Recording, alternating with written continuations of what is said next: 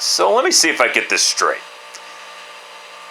The Raiders can beat teams like the Seahawks and the Chargers in back-to-back weeks, but they can't find a way to beat the Rams. Really? Really, dude? That's a little... And it's not even Sunday, so you can't even say any given Sunday. And it doesn't fly when you're facing the Rams who got Baker Mayfield off the street just a couple days prior. So you can't come up with that any given Sunday excuse. But anyway, week 14 began with that atrocity, and now it's time for the rest of your picks. 13-1-1 this past week. Quite a few people went 13-1-1 or better. So, congrats to them. I think I'm gonna lose more than one pick this week. So, let's get started because I don't have time for this bullshit. And we're starting off with the Jets going on the road to take on the Buffalo Bills. Last time these two teams met was just a couple months ago. The Jets actually beat the Buffalo Bills.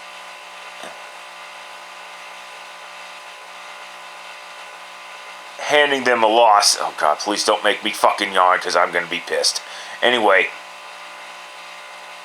And it is confirmed that Von Miller is officially done for the season with a torn ACL. I don't know why Buffalo was putting this report off, delaying the inevitable when you knew the inevitable was going to happen. And I think everybody kind of knew that was a torn ACL before it became official. And the Jets, well, at least they're brought back down to reality with the Mike White bullshit.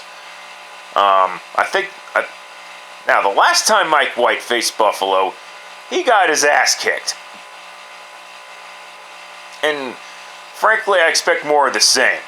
Now, I hear it's going to be really wet and rainy, so a blowout is not going to happen, I guess.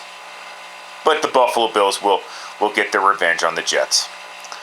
Next up, the second Battle of Ohio for 2022. Bengals staying home to take on the visiting Cleveland Browns. First off, my bad, Cleveland. I didn't think the Texans were that bad, but the Texans were that bad.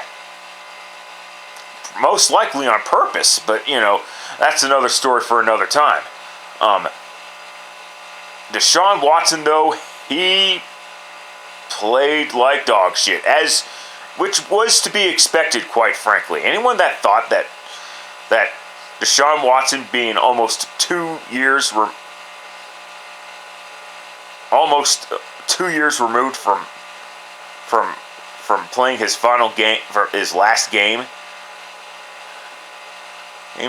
anyone that thought he was going to have a great fucking game, I don't know what to tell you. I don't know what the hell they were expecting. Of course, that was the only pick that I got wrong. Well, I got two wrong technically, but one of them was a tie. So fuck out of here. And the Browns have had the Bengals number as of late. So that's got. And since this is a division game, this should be a pretty good game. Of course, since this is Ohio, expect both fan bases to be participating in the cheering contest. However, I think the Cincinnati Bengals get the upper hand this time around. So take the Bengals to defeat the Browns. Deshaun Watson's still most likely going to be rusty.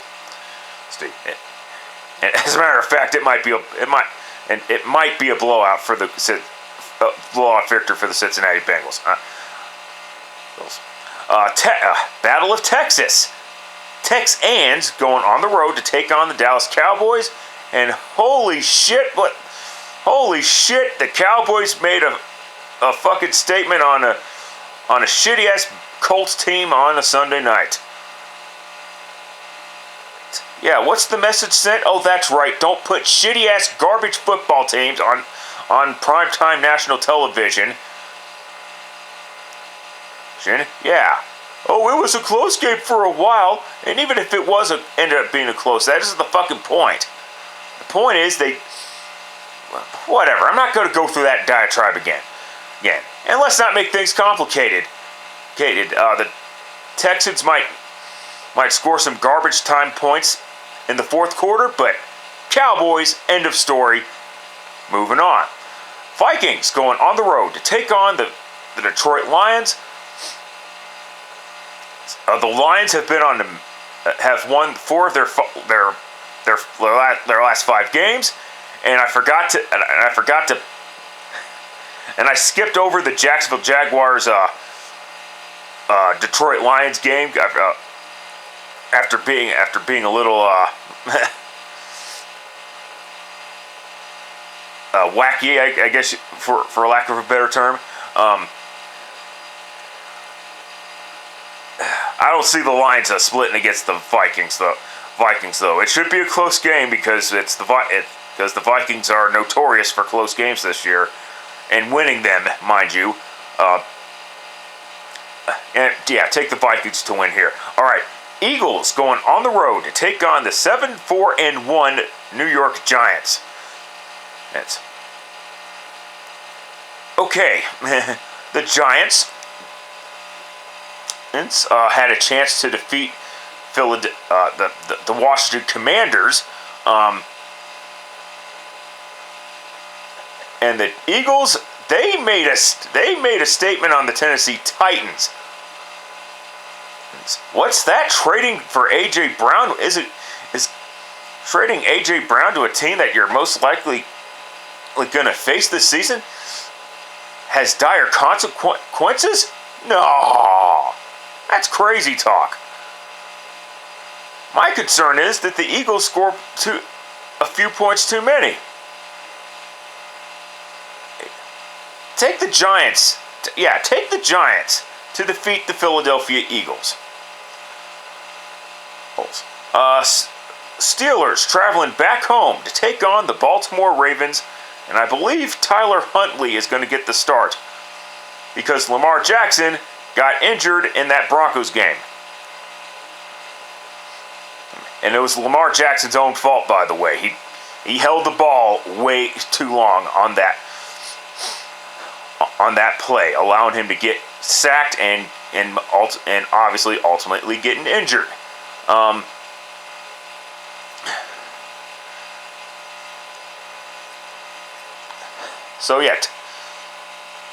Of course. I look at this as I look at this game as more of a defensive struggle because both teams have good defenses still. Oh, they still have Hayward. They still have Minka Fitzpatrick. T.J. Watts is starting to show signs of his old self.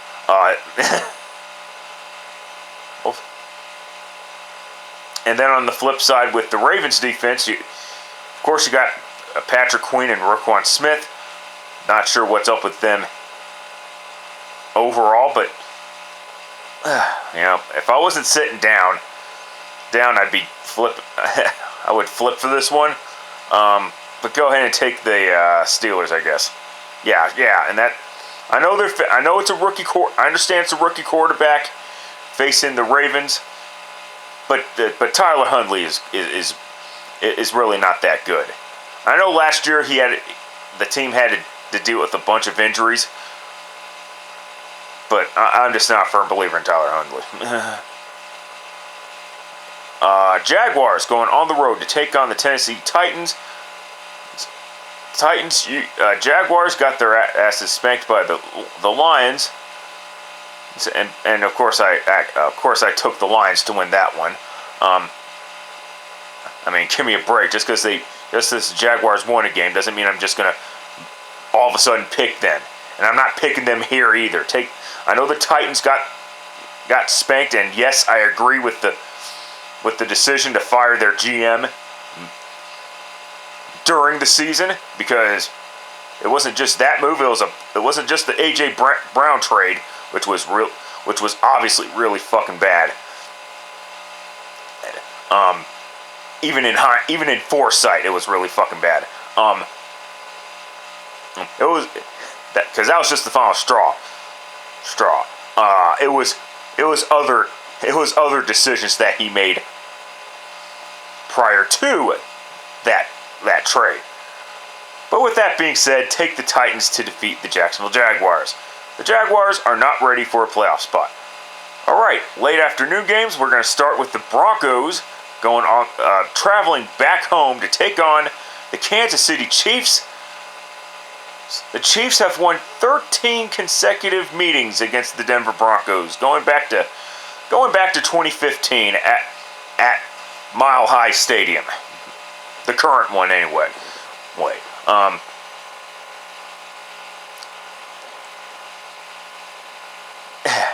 I would say the Chiefs are on upset alert, and I've been watching the Broncos closely.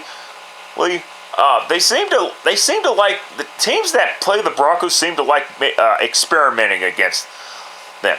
Kind of to tease the Broncos into thinking that they have a chance, and then at the last possible second, they beat the Broncos because they decided that playing around for the whole game is not a good idea.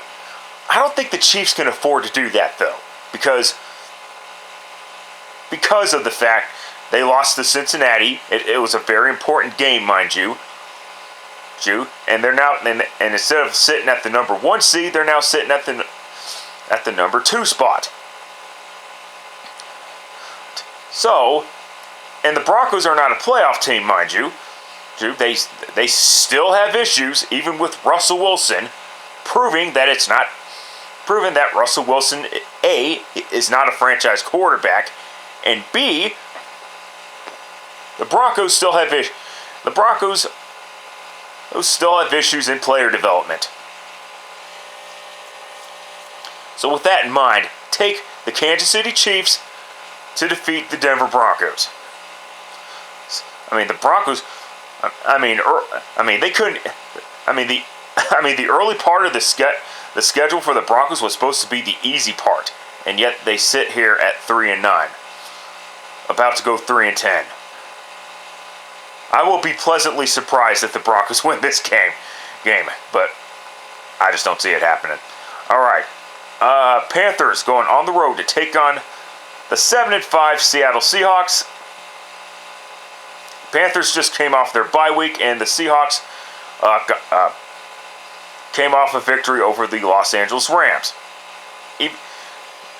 Even the Seahawks were able to beat the Rams. But anyway, the Seahawks, I don't think they can afford to lose to any more crappy football teams. They lost to the Raiders. The Raiders still have issues. A couple weeks ago. And just judging by what happened on Thursday night, their secondary still has some issues. I need to watch the game to understand why the Raiders lost in the fashion that they did.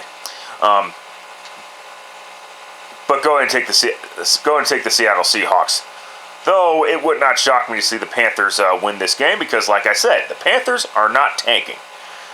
Okay, Steve Wilkes is trying to get another shot at being a head coach. If not with the Panthers, with somebody else.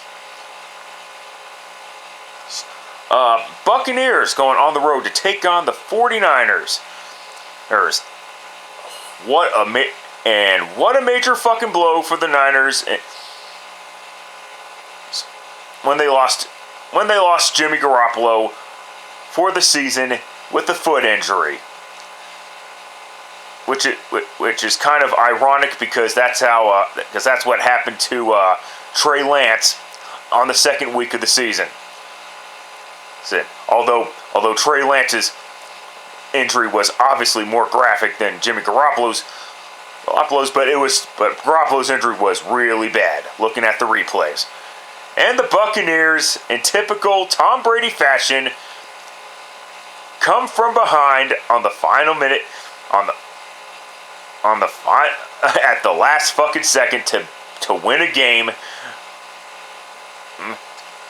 So for 2 years, the Buccaneers got swept by the Saints in the regular season with that, of course, with that playoff victory in the 2020 campaign. This year, however, totally different story. Fuck.